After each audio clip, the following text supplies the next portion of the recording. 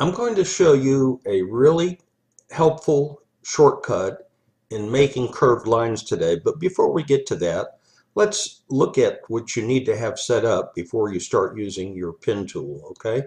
First of all, you can click on the letter P and that will give you your pen tool. Look up here, make sure path is selected in this box. Now let's look over here. This is the path selection tool. Let's go there for just a moment. Click on that and make sure that it says constrain path dragging here and make sure this is checked off.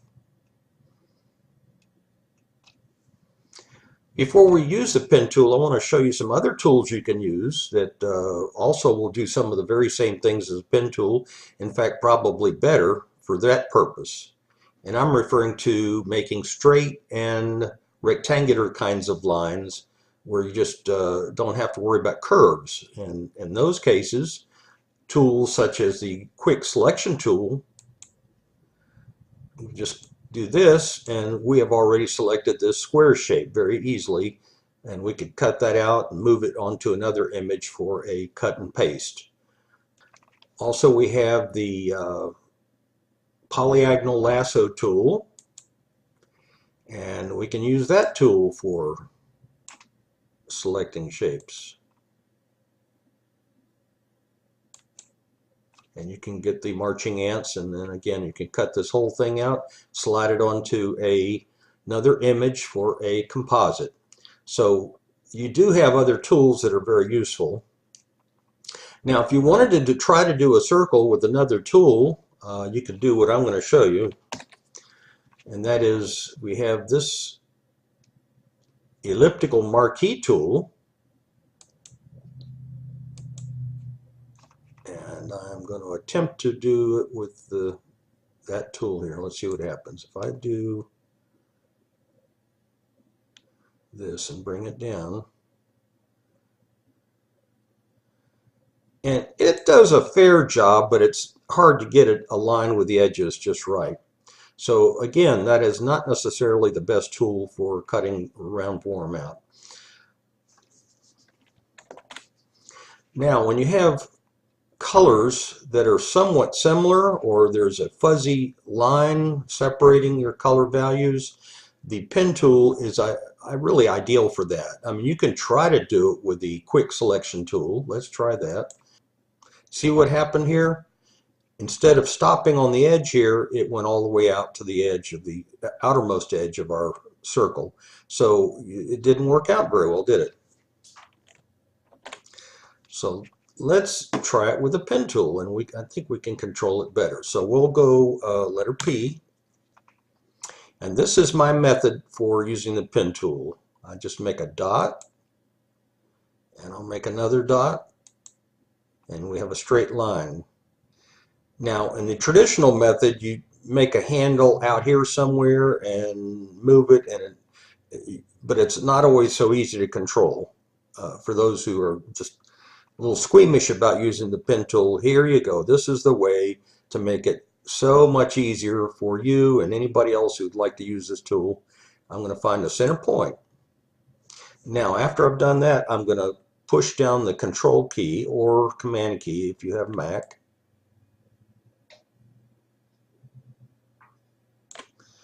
And we'll make the next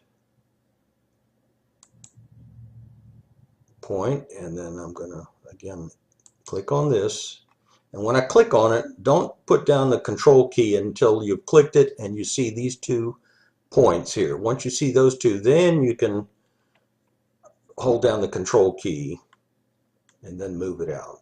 Just try to remember that when you're making your rounded shapes. Okay, again around the center, clicking it. Now I'm going to hold down that Control or Command key and go ahead and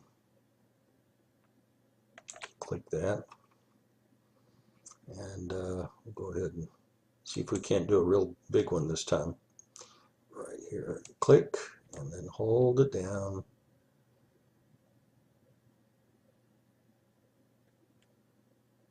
I'm going to back up. I don't like the way this came out in a weird shape, so I'm going to back up here. I'll do Ctrl+Alt+z, bring it back even more. And instead of trying to make it all the way across here, I'm going to divide it into two parts. That way you'll get a smoother curve there.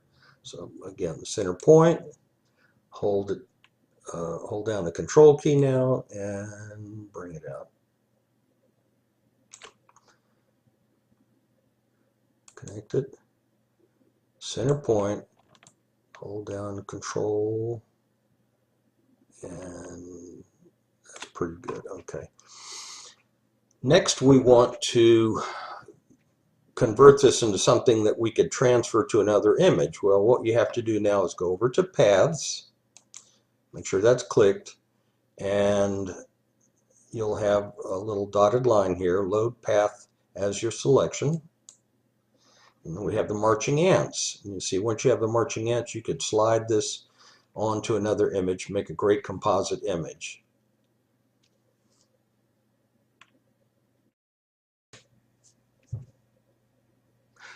Now let's create a composite image with the help of the pen tool, and let's see what happens. All right, we have this antique car, and we're going to create a really interesting image from that. So let's begin. Remember, with a pen tool you can make some nice straight lines. They don't have to always be curved lines. So let's see, we'll just start with some straight lines here. First we'll change it to pen tool, that would be helpful. There we go. Okay, so we'll put out here, and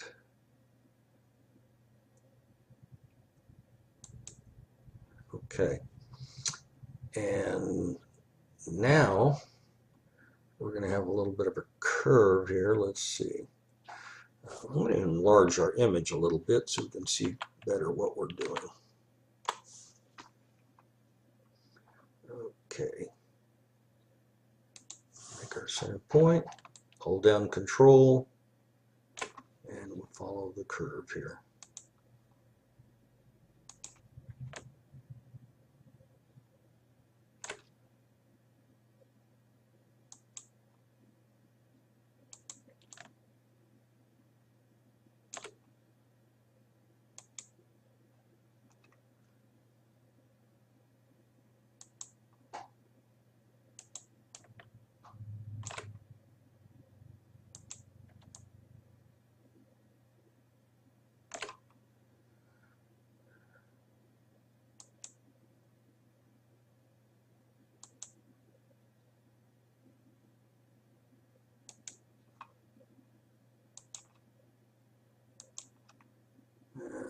We have a lot of straight lines, and that's fine.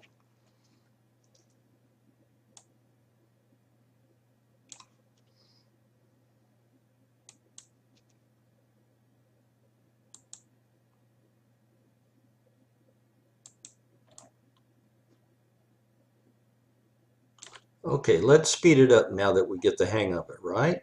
Let's go ahead a little faster now.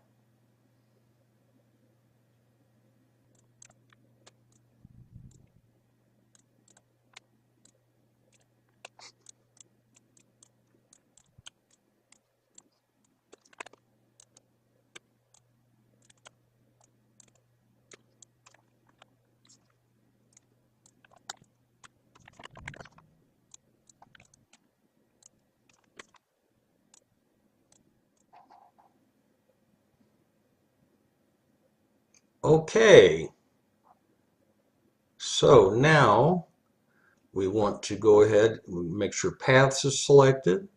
And then we select our little dotted line in the third icon over from the left. Turned it into dancing ants. Now let's see how we can transfer this image to our background image. And what we want to do first of all is select the Move tool, slide the image down. We have our clouds in the background.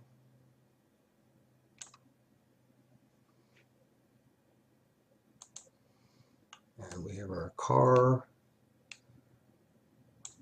Now we're not quite done yet. I'm going to crop it first.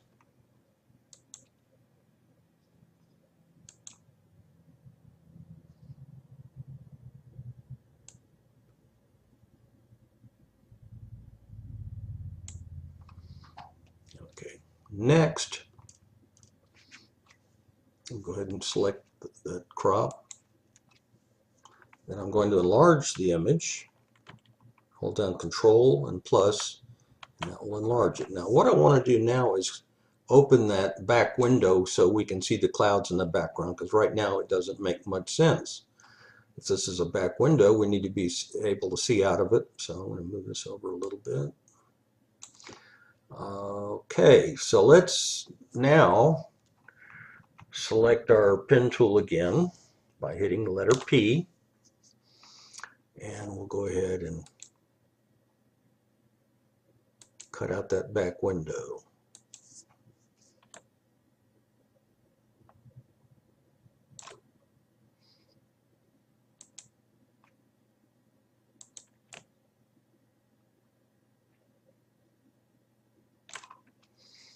Okay, and from here on out, we'll go a little faster.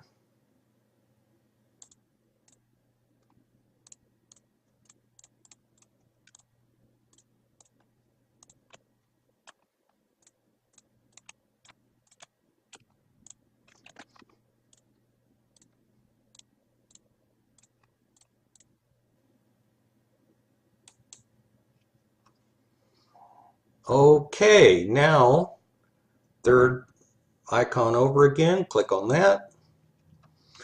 Now, we can use our clone stamp tool for a different kind of cloning. And we'll take some clouds and put it in the back window. Just simply hold down alternate, just make the selection, and okay, that doesn't work.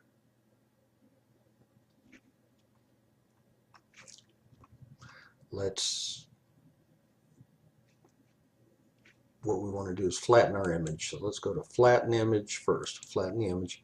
Now we can do this.